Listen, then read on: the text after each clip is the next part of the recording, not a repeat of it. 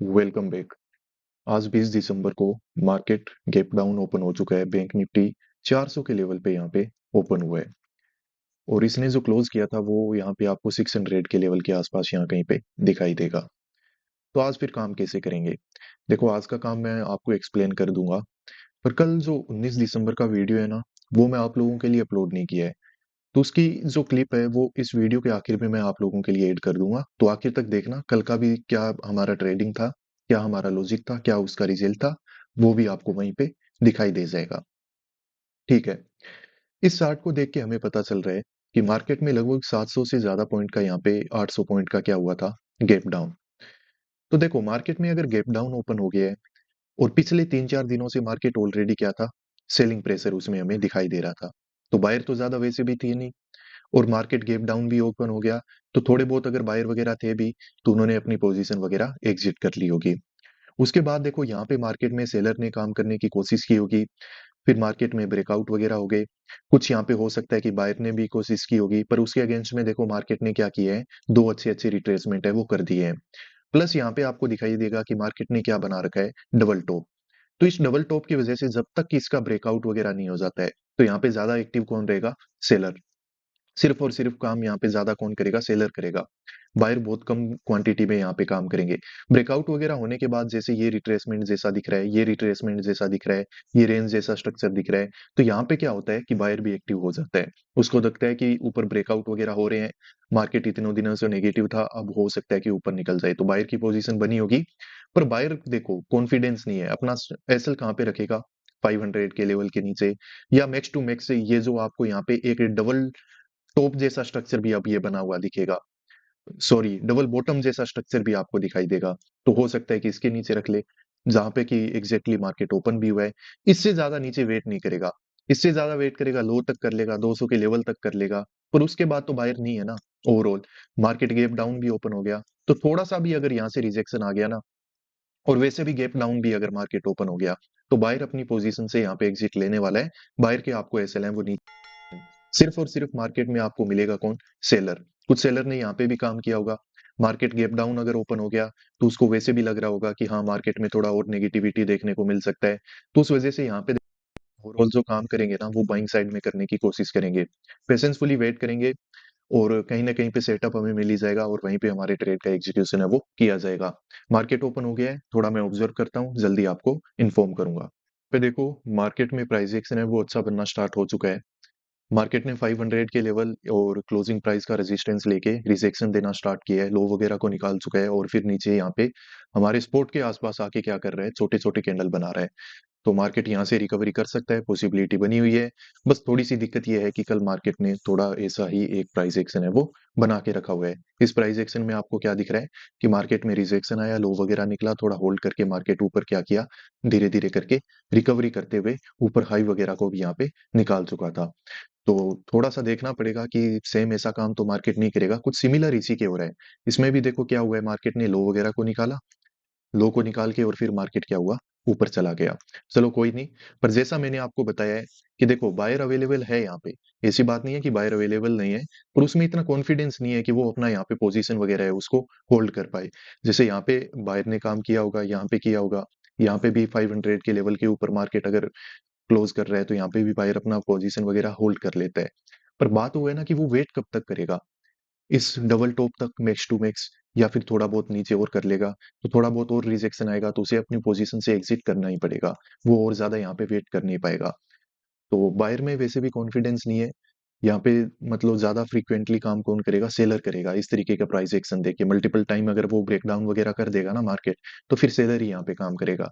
Seller काम करेगा तो फिर आपको पता है कि हमें क्या कर लेना है, बाय। तो थोड़ा सा वेट करो। अभी देखो मार्केट वापस से आके यहाँ पे मल्टीपल स्टॉप लॉस बना देगा। कैसे?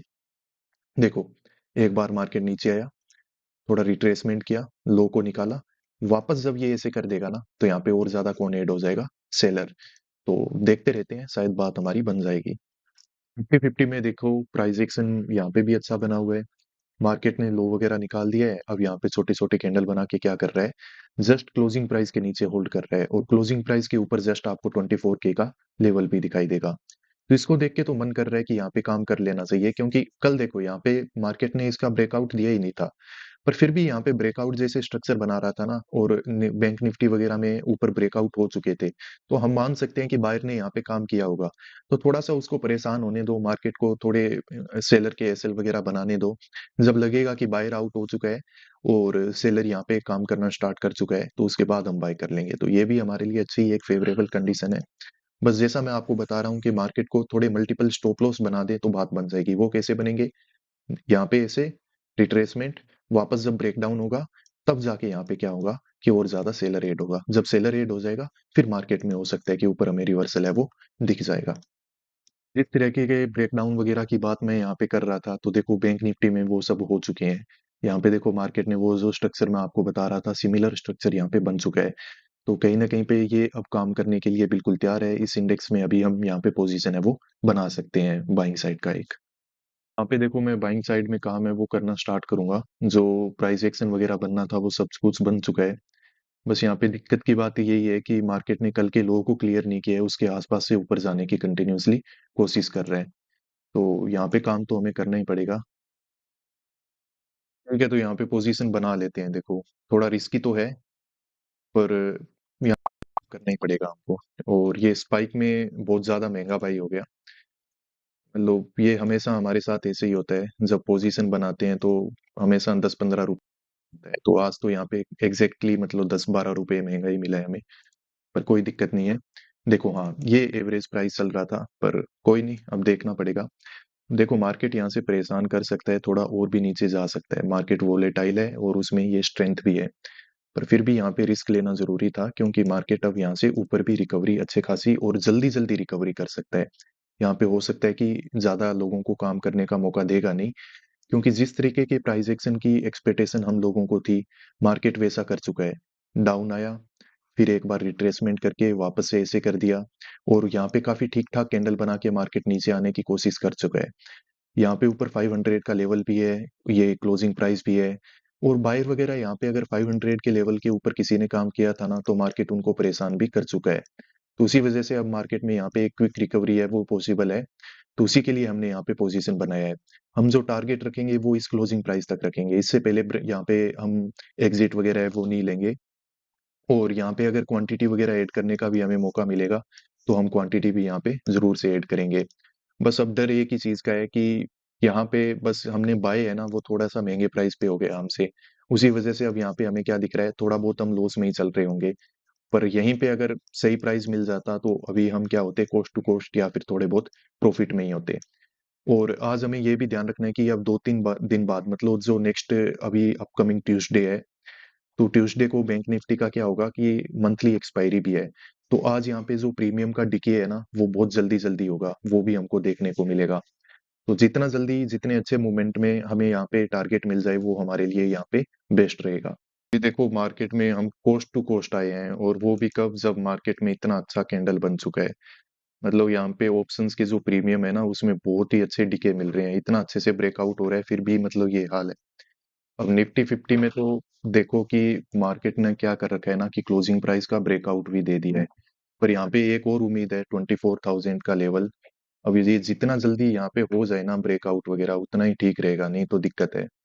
ये प्रीमियम बहुत महंगे बाय किए थे, मुझे लग रहा है कि इसमें हम टारगेट तो अचीव कर नहीं पाएंगे इस तरीके से। तो थोड़ा बहुत क्वांटिटी वगैरह ऐड करना पड़ेगा, मैं कर लूंगा वो। पहले देखते हैं कि बात बनती है कि नहीं यहाँ पे।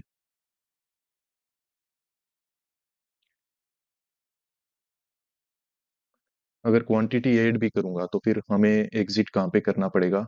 430 के आसपास तो करना ही पड़ेगा, 440 430। तो मुझे लग रहा है यहीं पे कर लेना चाहिए। ज्यादा अगर लेट कर देंगे ना, फिर दिक्कत हो जाएगी। मार्केट में स्ट्रेंथ तो है ऊपर जाने के लिए, लगने से क्या होता है, रूल रूल होता है, थोड़ा वेट ही करेंगे हम। ठीक है, कर लेते हैं, वेट कर लेते हैं। और क्वांटिटी जो हमारा ऐड हुआ है वो 93 पे हुआ है, और अभी उसी के आसपास चल रहे हैं। अभी एक्टिव रहना पड़ेगा हमें यहाँ पे। अब कोई भी रिस्क यहाँ ले नहीं सकते हम। देखो बैंक निफ्टी में हमने क्या डिसाइड किया था कि मार्केट कम से कम क्लोजिंग प्राइस को क्लियर कर दे। तो क्लोजिंग प्राइस को अगर क्लियर कर देगा ना, तो बहुत ही अच्छा टारगेट बन जाएगा। जिस मूवमेंट में ऊपर जा रहा है तो हो भी जाना चाहिए। बाकी देखो यहाँ से रिवर्सल वगैरह हो गए, तो 430 के आसपास, 440 के आसपास यहाँ से एग्जिट मुझे लेना ही पड़ेगा फिर।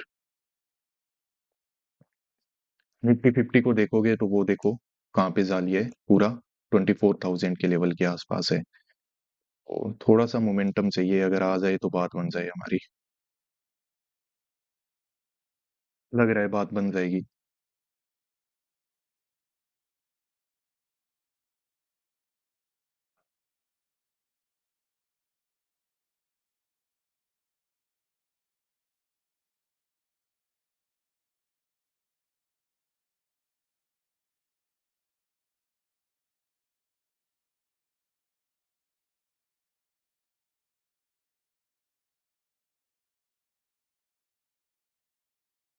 देखो 70 के आसपास बाई किया था, 20 पर प्राइस चलना स्टार्ट हो चुका है, यानी कि 50 रुपीज से ज्यादा का टारगेट हमें मिल चुका है, तो अभी यहाँ पे एक्टिव रहना है हमें। 60 रुपी का टारगेट मिल चुका है हमें। निफ्टी 50 में तो बहुत अच्छा ब्रेकआउट हो चुका है। बैंक निफ्टी थोड़ा खुद को पीछे रख रहा है, अगर मूवमेंट आ जाए ना तो बहुत ही अच्छा हो जाएगा हमारे लिए। टारगेट बुकिंग यहाँ पे भी अब कर सकते हैं हम, पर अभी भी इसमें थोड़ा सा हमारा पेंडिंग रह रहा है, क्लोजिंग प्राइस ऊपर है। इसका भी ब्रेकआउट हो जाए ना तो बात बन जाए। देख लेते हैं, अब यहाँ से ज्यादा क्या करेंगे, कोस्ट टू कोस्ट निकलेंगे। कोस्ट टू कोस्ट मतलब कितना, 75 पे निकल जाएंगे अब मार्केट अगर नीचे आएगा तो 75 पे निकल जाएंगे। नहीं, ऊपर जा रहा है तो जाने देते हैं, क्योंकि एनालिसिस के अकॉर्डिंग ऊपर जाना भी चाहिए।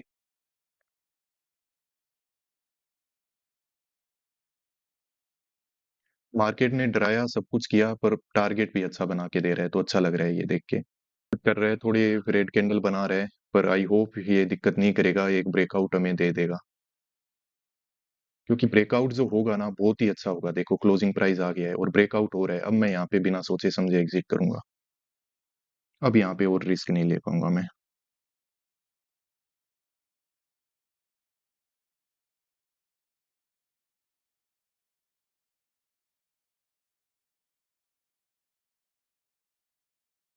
इतना ही लेंगे टारगेट, इससे ज्यादा नहीं लेंगे।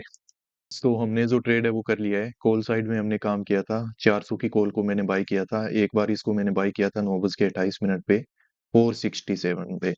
और फिर हमने यहाँ पे दोबारा से इसको एक और क्वांटिटी ऐड कर लिया था, मतलब 30 क्वांटिटीज, वो हमने किया था 493 पे।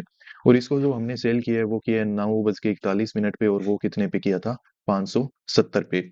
एग्जिट करने की देखो दो वजह थी यहाँ पे। एक वजह तो ये थी कि जो चार्ट में मैंने आप लोगों को टारगेट बताया था ना, वो टारगेट हमें मिल चुका था। क्योंकि मैंने आपको बोला था कि ऊपर सेलर वगैरह की पोजीशन है, एसएल वगैरह है, वो हमको कहाँ तक मिलेंगे, शार्प इसी लेवल तक मिलेंगे। ये जो क्लोजिंग प्राइस है ना, इस तक मिल जाएंगे। तो मार्केट में देखो क्लोजिंग प्राइस का ब्रेकआउट है, वो बिल्कुल अचानक से और अच्छे कैंडल बना के मार्केट ने एक साथ दिया।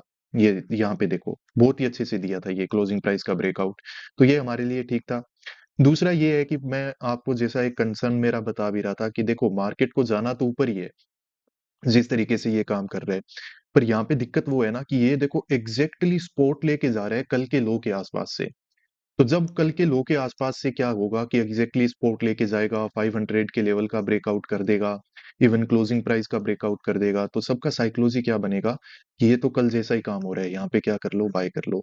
और मार्केट में अगर ज्यादा बायर एक बार इकट्ठे होने स्टार्ट हो गए तो उसका रिजल्ट देखो कि मार्केट में कितना भयानक होता है।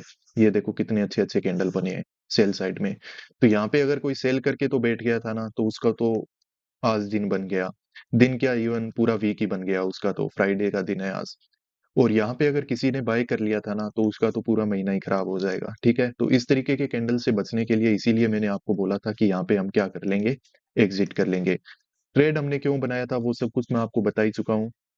ऑर्डर बुक आपको यहाँ पे दिखाई दे रही है, और जो आज का प्रॉफिट है वो भी आपको बिल्कुल देखना चाहिए, जो कि हमने, जो हमारा एक साइकोलॉजिकल लेवल, अभी ये एसएल हंटिंग जब से मैंने स्टार्ट किया था तो उसके बाद से मतलब ये एक ऐसा लेवल था जिसके चक्कर में मैंने काफी बार यहाँ पे नुकसान उठाए हैं। मतलब कि 3,000 4,000 के प्रॉफिट देख देख के फिर उनको क्या किया है, या तो कोस्ट टू कोस्ट कट किया है या फिर लॉस में कट किया है। वो सब क्यों किया था, इसी एक नंबर को देखने के लिए। तो कुछ नहीं है, ये नंबर भी देख लिया, आगे के और भी नंबर हैं वो भी देख लेंगे। पर कोई नंबर के चक्कर में आप लोगों को मेरा एक हम्बल रिक्वेस्ट और सजेशन यही है कि अपनी ट्रेडिंग और अपने रूल है उनसे कभी भी खिलवाड़ मत करो। उन पे हमेशा हमको क्या रहना चाहिए, स्टिक रहना चाहिए। तो ठीक है, वीकेंड था, काफी अच्छा प्रॉफिट हमने यहाँ पे बना लिया और काफी अच्छा लग रहा है।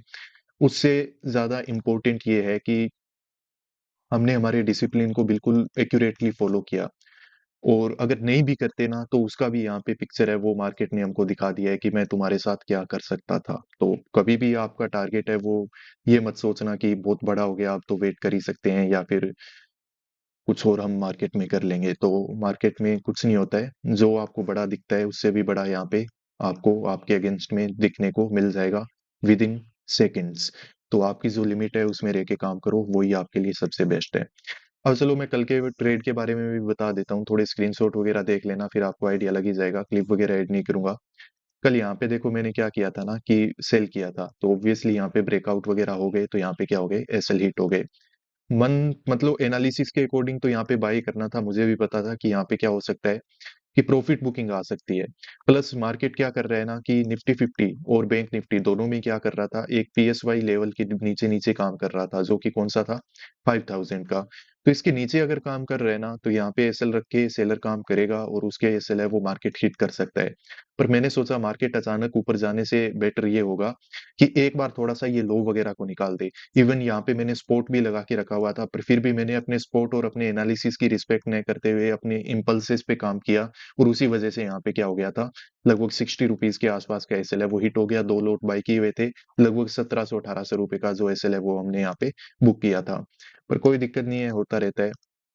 बाकी आज का दिन मतलब ठीक ठाक हमको मिल गया, तो ये ठीक ही है हमारे लिए। बाकी मार्केट अभी कंटिन्यूअसली नीचे जा रहा है, अब देखो कितना नीचे जाएगा, जिस तरह का मोमेंट है। तो मुझे तो लग रहा है इसमें रिट्रेसमेंट वगैरह भी हो सकते हैं बाद में, और रिवर्सल भी हो सकता है, तो वो आप देख लेना और अपने लिमिट में रह के काम करना। ठीक है, मिलते हैं नेक्स्ट वीडियोस में। Bye, peace out.